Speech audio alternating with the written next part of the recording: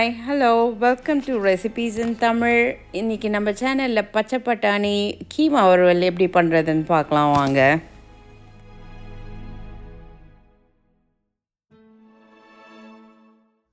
பட்டாணி கீமா பண்ணலாம். இன்றைக்கி எப்படி பண்ணுறதுன்னு பார்க்கலாம். இதோ தேவையான பொருள்லாம் இங்கே வச்சுருக்கேன்.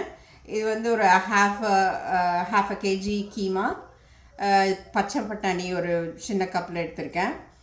இது ஃப்ரெஷ்ஷாக இருந்தால் கொஞ்சம் நிறையவே போடுவேன். இது வந்து ஃப்ரோசன், அதனால சும்மா கொஞ்சம் தான் எடுத்திருக்கேன் நான்.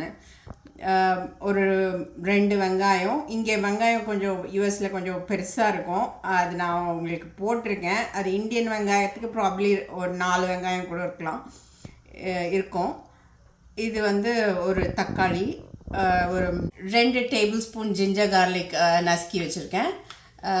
இது வந்து ஒரு 2 டேபிள் ஸ்பூன் குழம்பு மிளகாத்தூள். இதுலேயே எல்லாம் இருக்குது, மஞ்சள், தனியா, மிளகா எல்லாம் இருக்குது.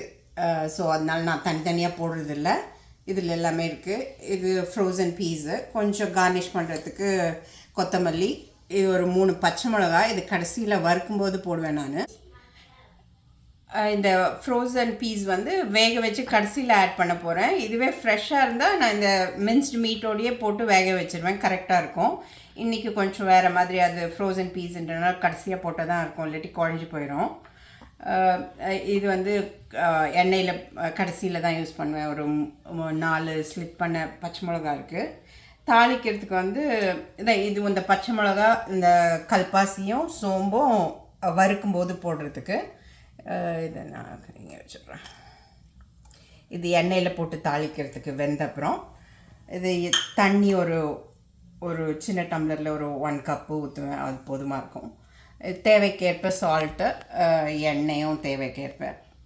இப்போ நம்ம இது ஆட் பண்ணிவிட்டு குக் பண்ணிடலாம். ஃபஸ்ட்டு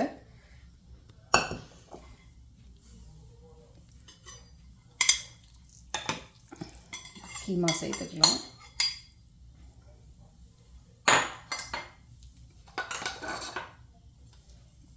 ஆனியனும் சேர்த்துக்கலாம்.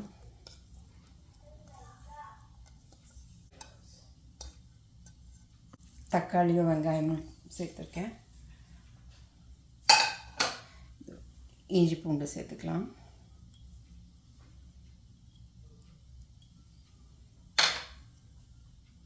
மிளகாத்தூளையும் சேர்த்துக்கலாம்.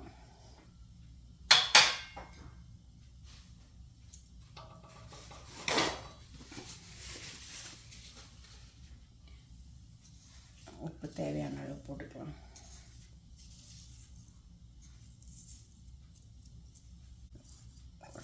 ஒரு டம்ளர் தண்ணி ஆட் பண்ணிக்கலாம்.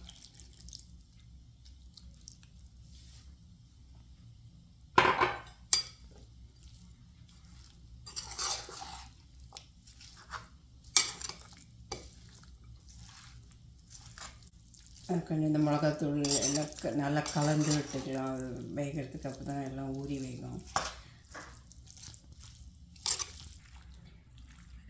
இந்த மீட்டில் இருந்தே கூட கொஞ்சம் தண்ணி விடும், அதனால் தண்ணி கொஞ்சம் கம்மியாக இருக்க மாதிரி இருக்கும். ஆனால் நம்ம ஸ்டவ்வில் வச்சா வந்துடும். எல்லாம் கலந்தாச்சு. இப்போ மூடி போட்டு ஸ்டவ்வில் வச்சிட போகிறேன்.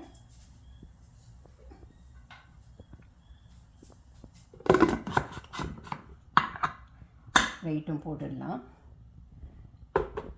இது விசில் வந்தோடனே குறைச்சி ஒரு 10 மினிட்ஸில் ஸ்விட்ச் ஆஃப் பண்ணிடலாம். கீமா திறந்துட்டேன், இது குக் ஆகிடுச்சு. இப்போது வறுக்கலாம், எப்படி வறுக்கிறது பார்க்கலாம். கடாயில் ஆயில் சேர்த்துருக்கேன்.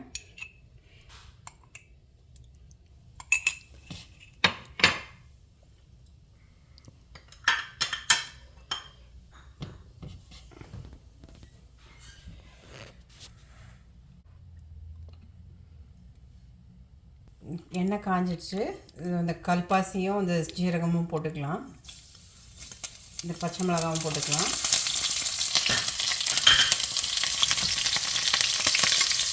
இந்த மட்டனையும் ஆட் பண்ணிக்கலாம்.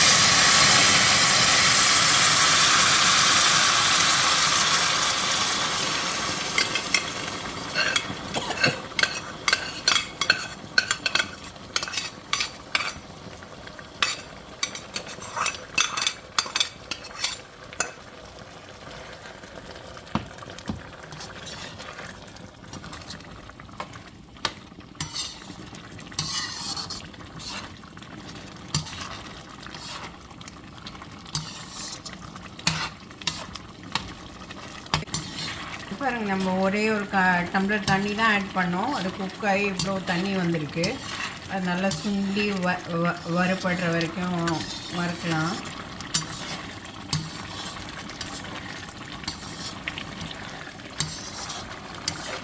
நல்ல தண்ணி கொஞ்சம் இதுவாகிடுச்சு. இந்த ஸ்டேஜில் இந்த பட்டாணி, இந்த பாயில் பீஸ் ஆட் பண்ணிக்கலாம்.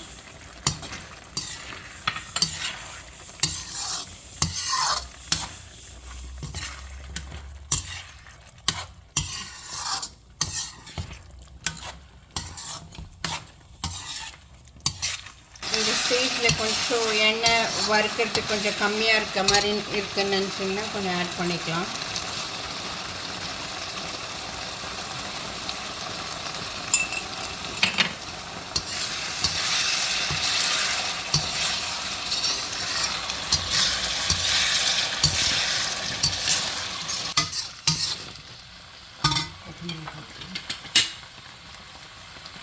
கொத்தமல்லி ஆட் பண்ணிக்கலாம்.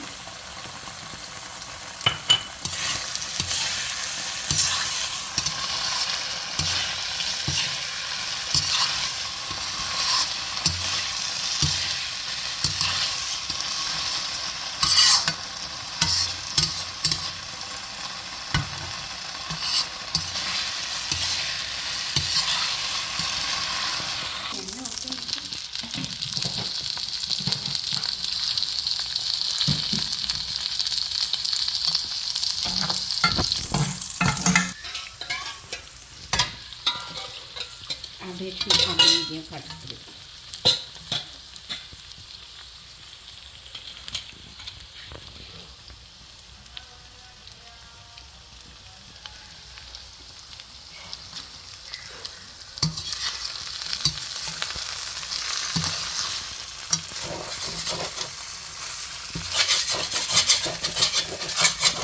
நல்ல சுருண்டு வந்துடுச்சு. இதை எடுத்துடலாம். இதுக்கு ஒரு நல்ல சிம்பிளாக ஒரு ரசம் வச்சு அதுவும் நல்ல மேட்ச் காம்பினேஷன். ட்ரை பண்ணி பாருங்கள். இன்றைக்கி லன்ச்சு தான் எங்கள் வீட்டில் கீமா பச்சை பட்டாணி போட்டு ஃப்ரை பண்ணியிருக்கேன். இது எக் ஃப்ரை, ரசம். இது ஒரு நல்ல காம்பினேஷன். ட்ரை பண்ணி பாருங்கள். இதோட எக் ஃப்ரையோட லிங்க் இந்த கீமா கீழே இருக்கும். செக் பண்ணி எப்படி இருந்ததுன்னு கமெண்ட்ஸு சொல்லுங்கள். தேங்க்ஸ்.